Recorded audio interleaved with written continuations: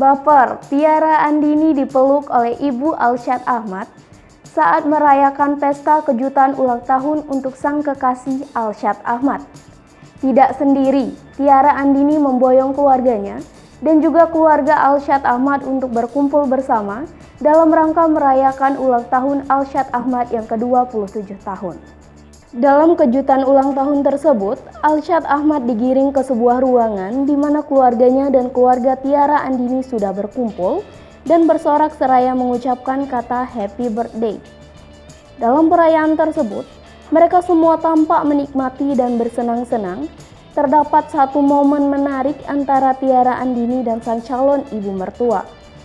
Dalam potongan video yang diunggah oleh akun Instagram @rumpi_gossip, pada Selasa 5 Juli 2022, memperlihatkan momen menggemaskan dan juga mengharukan saat ibu dari Alsyad Ahmad memeluk Tiara Andini seraya saling mengucapkan rasa terima kasih. Tiara Andini mengungkapkan rasa bahagianya saat keluarga sang kekasih turut hadir di pesta ulang tahun yang sudah dipersiapkannya. Ibu dari Alsyad Ahmad itu tidak mampu membendung rasa bahagia dan terharu. Sambil mengelus punggung Tiara Andini, Ibu Alsyad Ahmad juga mengungkapkan rasa terima kasih karena Tiara Andini sudah membahagiakan anak bungsunya. Momen indah dan hangat antara Tiara Andini dan Ibu Alsyad mendapat perhatian dari warganet.